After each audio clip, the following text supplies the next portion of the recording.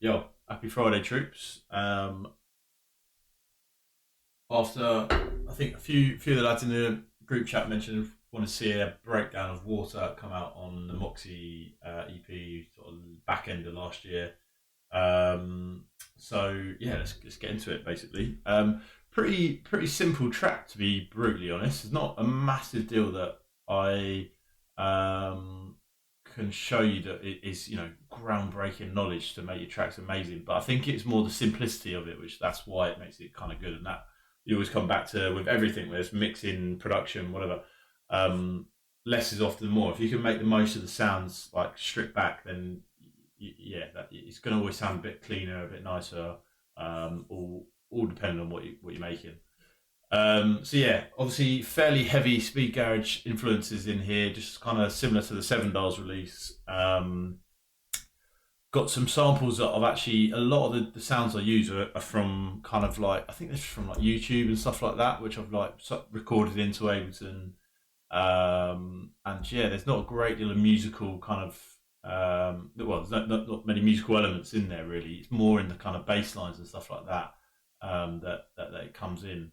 A lot of the tracks are frozen because I made this on my old computer, and the some of the plugins I had, like the older version of the CLA vocals and the old version of Kickstart stuff like that, and I don't have them on here, so they don't work. So I'm going to show you everything which you can see. I might not necessarily be able to dive into like how I've set the parameters of like the CLA vocals, for example, and stuff like that. But essentially, you get the gist of it. Just to remind some of you that may not remember the tune or know it, I'll just play this little breakdown.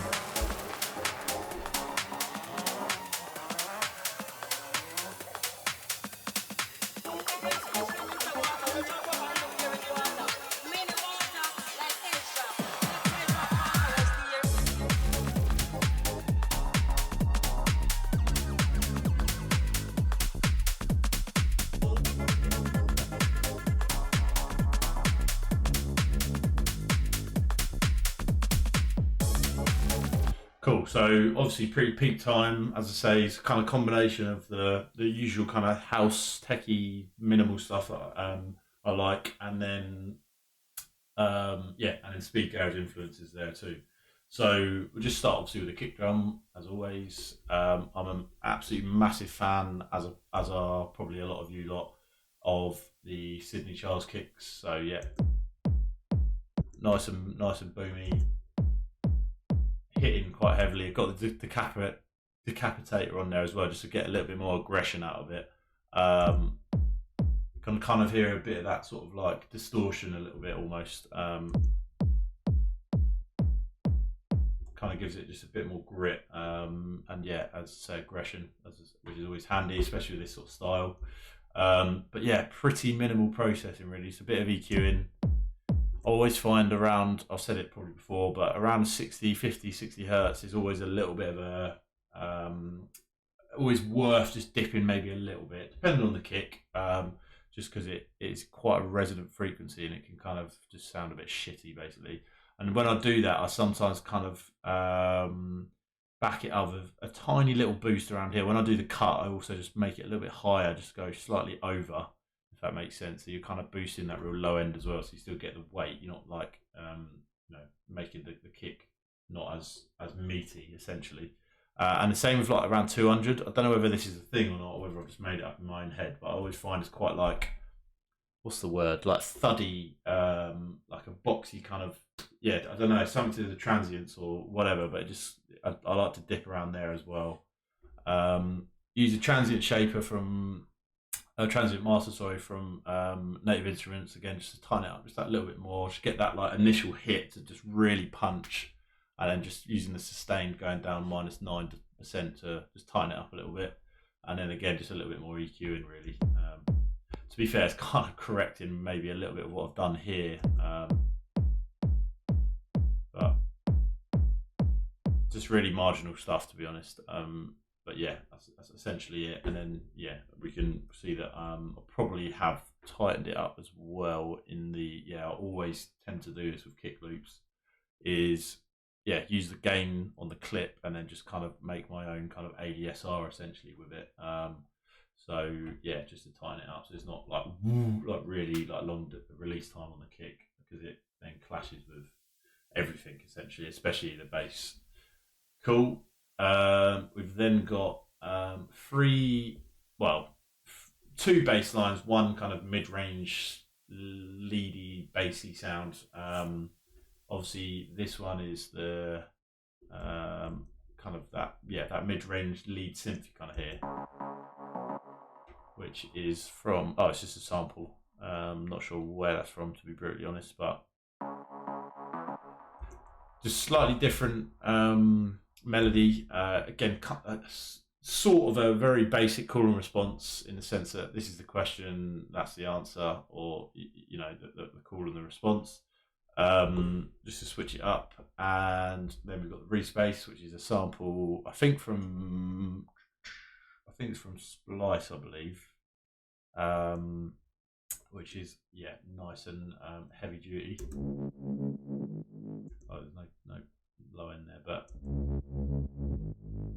fair bit of grit coming through that. Didn't really do, as you can see, too much processing, because I had this, which I'll get to in a sec, but this plucky kind of really subby bass, and that kick's obviously very heavy. I'll put the CLA on there just to make it a bit wider, actually, which I wouldn't normally do, because you normally want your bass, your low end, to be pretty central. But I just felt like it gave her a little bit more flavour, a bit more character, just sitting a bit wider, and brought that low end to life a bit more. We've then got this plucky sub, which is from Subboom, which I don't actually have anymore, so it's handy. This is frozen, but that's just a square wave with a really tight envelope on the cutoff, so it's like kind of opening just really quickly and closing every time I trigger it. And you can do that with Wavetable or any plugin really that you've got, because it's just a very basic sound. But yeah, essentially that's it.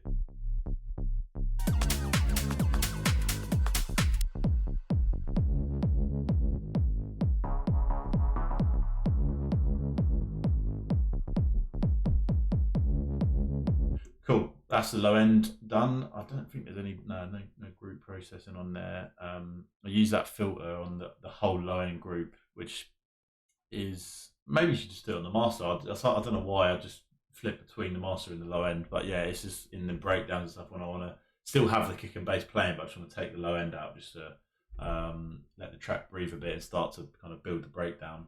I usually use this, just have it off and then turn it on when you want to use it, obviously. I like to push up a bit of resonance, so you can really kind of hear it's like a more of a harsher cut of the low end. You'll hear what I mean. It's kind of like when you use the filter knob on the on like a DJ mixer. Sorry, I couldn't think of the word then. And it, you know, they're a bit harsher than if you were to just use the EQ one. Just like punches a bit more and just, I don't know, the further sound of it essentially. Cool. So that is your low end. Not a great deal of great deal to it really. Just a couple of different bass lines essentially to just bounce off each other. Cool. Then we've got the drums, which is, yeah, we'll just kind of go through each individual sound, but I think a couple of claps. I normally layer a couple of claps together. In this case, I haven't actually, but there might be some sort of top loops that I'm using that obviously have a clap in it. So, you know, don't want to have too many 2s and 4s hitting, because it'd just be too much and overpower the kick as well. But no, I'm a massive fan of just chopping up loops and nicking them myself, nicking certain sounds. So in this case, I like the clap.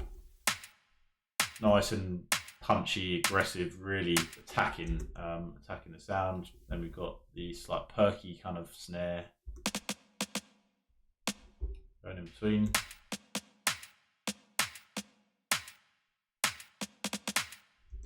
Cool. Again, not a great deal of processing on that. Just CLA gives it a little bit of life, and the same thing on the snare actually, which again just gives it a bit more life too. Then you've got the hats, which is pretty straightforward stuff. Again, just as I always do, you've probably seen in my other videos. Just essentially kind of just chopping up loops, because you know some of them are wicked sounding, but I don't like the whole lot, so I just take the bits I do like, or I don't like the pattern of it, but the sounds are great, so I make my own pattern with it. Some like kind of bongo-y sounds in there, which are really tight. So they're so tight they almost sound like hi-hats. This little top loop hi-hat there, which is kind of the main. It's like a pedal hat. It's like the main hat that isn't really closed, but just carries through a bit more. Really minimal, literally no processor. This is just a basic default audio channel that, you know, there's always an EQ and a saturator on there. I've done literally nothing to it though because it sounded good. I'd also just turn the volume down to get it right. The levels were the most important part to start with anyway. Then we've got this sound, which is like a sort of like a ride, but just complements this well, I think. Kind of hear that grittiness right in that high end. Sorry about that. Gives it a little bit more release time as well, that plays out a bit longer, which is nice. And then obviously the open hat, which is a typical 909. Very hit, like very a lot of attack to them as well, which I think is nice, and kind of you want them aggressive drums, especially with this sort of style. And then we go into the top loops, where I normally do a similar sort of thing, just kind of either get some loops or chop up some loops. This is pretty important because it kind of really does help carry the groove. It's really not too much different to the loop, to be fair. I think I was just started playing around with it and then just stuck with kind of what sounded fairly original. I like that 16th note on the start, which again, in that speed garage, they always have that similar kind of drum, like hi-hat pattern, where it's like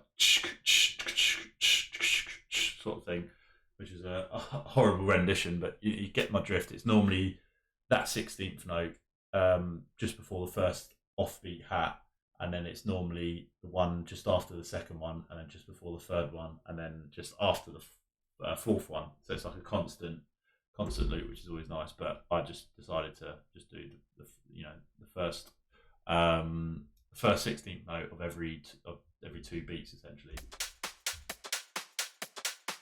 which gives it a bit more groove. And then what have we got here? Some top loops. Just a shaker loop more so. Again, really not any processing on it at all. The next one, another shaker loop. Minimal EQing, but just getting rid of that real high, like unneeded crunchy, well not crunchy, but just like whispery high end that just doesn't need to be there. Just getting rid of some of that.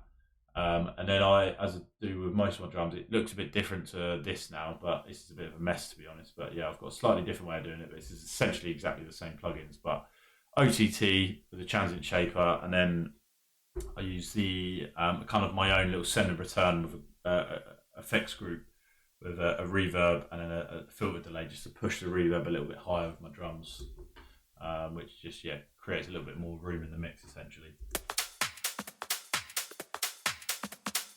If I was to turn all them off, really tell the difference there obviously. I find the OTT obviously it needs to be like done right, and you've got to be careful because it's fucking very powerful. But I find it kind of I've said it again as well, I've said it in previous videos, but it kind of rolls off that top end that's like really high pitched, like I did in that shaker loop a minute ago. But then like kind of pushes through the mid range a bit more. It kind of gives you that a little bit more of a vintage feel, but also just a lot more power and punch, and just brings them to life so much more. So I do love this thing. I use it on every single track. But yeah, just need to be careful with it essentially. And then just using the transient shaper again, just to tighten everything up a little bit more after using the OTT, which is essentially just a multi-band compression tool. And then it comes down to just the sounds I've kind of sampled really. We've got the stab, which is kind of the only musical thing really in the musical section or in the musical group, which you hear throughout, and then like in the breakdown I kind of double it up.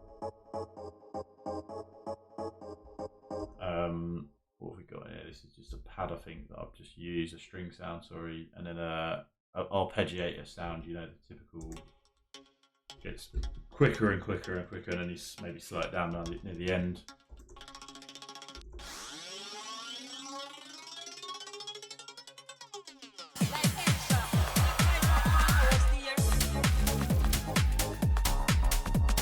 But yeah, I kind of remember going through YouTube actually with, I think I just put in like, I can't remember, I was just searching, went down a bit of a rabbit hole for like sound effects and speed garage influence stuff, like garage, yardy vocals, blah, blah, blah. I stumbled across the vocal just from YouTube, some like, I think it's some Jamaican bird talking about how a house is flooded or something like that, and it was like on the news. I can't even understand what she's saying because I've got so much delay and stuff on there, but it just sounded quite nice, and I heard her say water, so that's obviously where the track name come from. So yeah, that's pretty much it. It's just essentially, it's just like a vocal to fill up the kind of breakdown. There's not really much meaning behind it. It just sounds quite cool within the breakdown. And that's essentially it. When spin screaming to water, when you jump up and look, there is water. Many water, like Elsha. That type of water was there.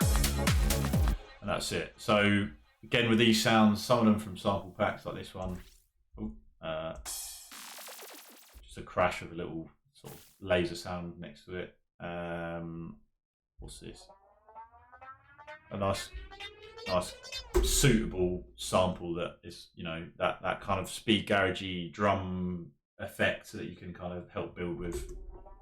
Could have done that myself, but I'm just lazy. Which is good. I think there is some processing. I can't remember. Maybe not. Maybe it is just a sample, but I'm sure I would have used the flanger to get that weirder sound. Let me, if I unfreeze that, if it should be fine. Oh no, maybe not. It is just a sample.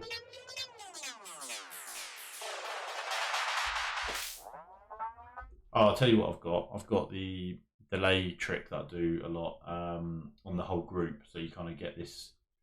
Turn off the sync mode, and then you play around with the milliseconds. So it's not in time, but you kind of get like a real crazy effect. Repitch mode is important to be on as well. But yeah, essentially you kind of get, I'll just show you what it does.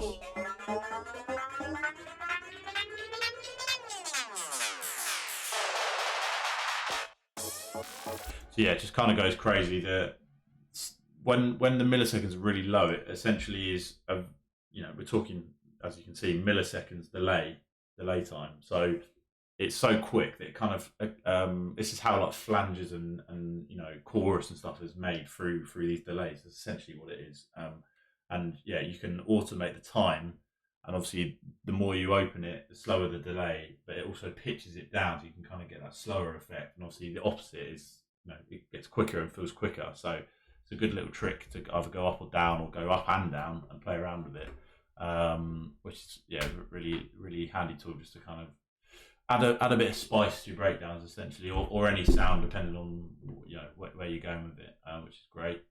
But yeah, the actual sound itself with that off is this. It sounds wicked on its own, which is cool. But yeah, just with that, I think it just makes it sound a bit different, a bit more, you know, original almost. But yeah, here's where we get to the samples from YouTube. As you can see, they're kind of recorded in mono, which, yeah, it doesn't matter too much, but yeah, essentially that's what that is. Just sort of nice, weird sounds that suit the style of track, you know, these sort of laser sounds.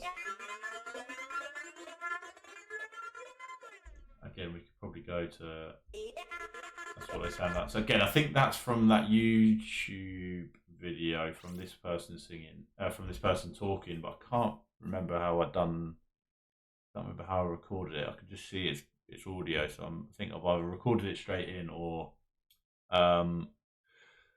I've put like tantra or some delays on it or something and recorded that. I can't actually remember, which is a bit shit, so apologies for that. But essentially, yeah, it's just a sound that I've either sampled or created. which has got like a gated thing. Maybe, yeah, it sounds sort of tantra-y almost, but just maybe with the gate only, not like one of the presets. We've got then this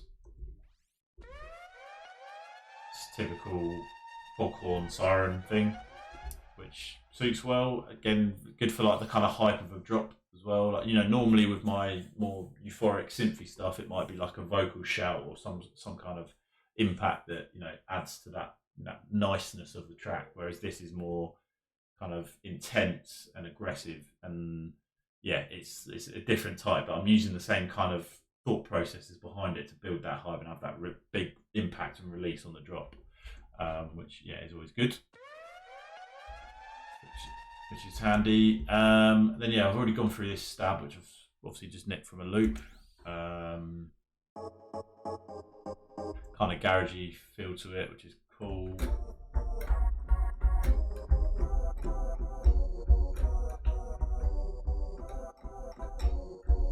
Definitely get some garage flavours going there. And that's just the effects, to be honest.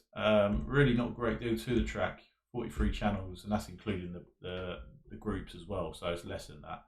But yeah, just finding some nice rises and stuff to build that energy in the breaks. Nice laser sounds, probably more, yeah, similar kind of sound. Not really much to show you in terms of processing, but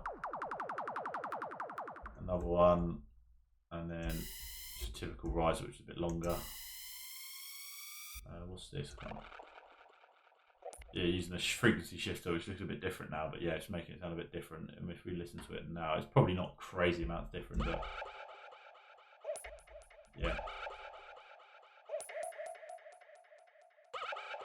it just kind of making it sound even weirder, really, because the track's a little bit more on the strange side. It's just a bit more stripped back and just more heavily sound effects hitting at the right times and bouncing off each other a bit more than as opposed to kind of musical progressions and melodies and stuff. Sounds a bit more gritty. What's this? Oh yeah, so this, funny enough, actually I recorded. So my girlfriend's uncle is an engineer at one of the Grand Tour racing car companies in the UK. So we went to see them one weekend, and when the cars were whizzing past, I got my phone out and sampled it, and I just thought it could be good for something like a breakdown. So yeah, that's literally from my phone.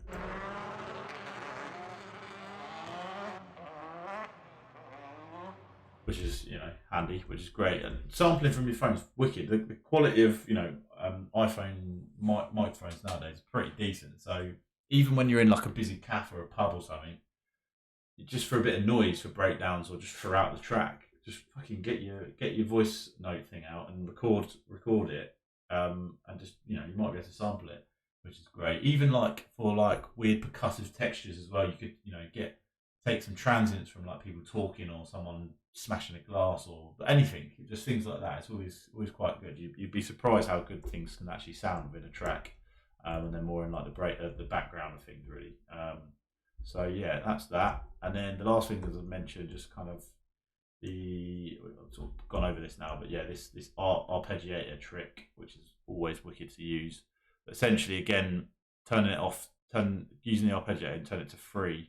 And then again, it's the same sort of thing with the delay, but just go to milliseconds and it goes quicker and quicker and quicker, which is always wicked. I've just used the Serum preset, which I can't unfortunately show because I don't think I've got Serum anymore. But yeah, it doesn't matter too much. Just any kind of nice enough sound. Just basically re-triggering a note over and over and over again, getting quicker and quicker.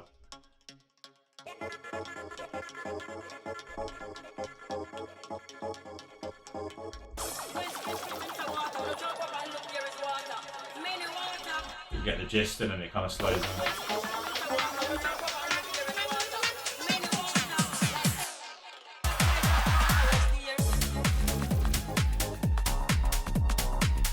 Cool, and then just a high string sound. I've just, you know, smoothed over so I could loop it over and over again.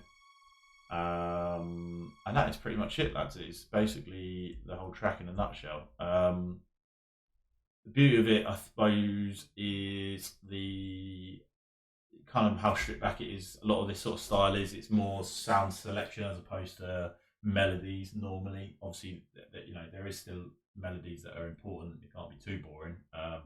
But you can normally get them going in the bass line and stuff, and you can just get little kind of sounds and interesting hits and stuff like that that bounce off it.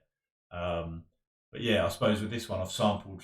No, I haven't just used samples from packs that 50,000 other producers have already used. I've thought a bit, gone on a bit of a hunt on YouTube and stuff like that, and even used my phone to record stuff. And so yeah, it's a bit more different to my usual get go. The last thing I suppose actually is this vinyl cracker, which I do normally add in last just throughout the track. Yeah, you can hardly hear it, to be honest. But yeah, that's pretty much it, lads. So as I always say, any questions on this, just give me a shout and I will answer it accordingly. Nice one. Have a good weekend. Take it easy.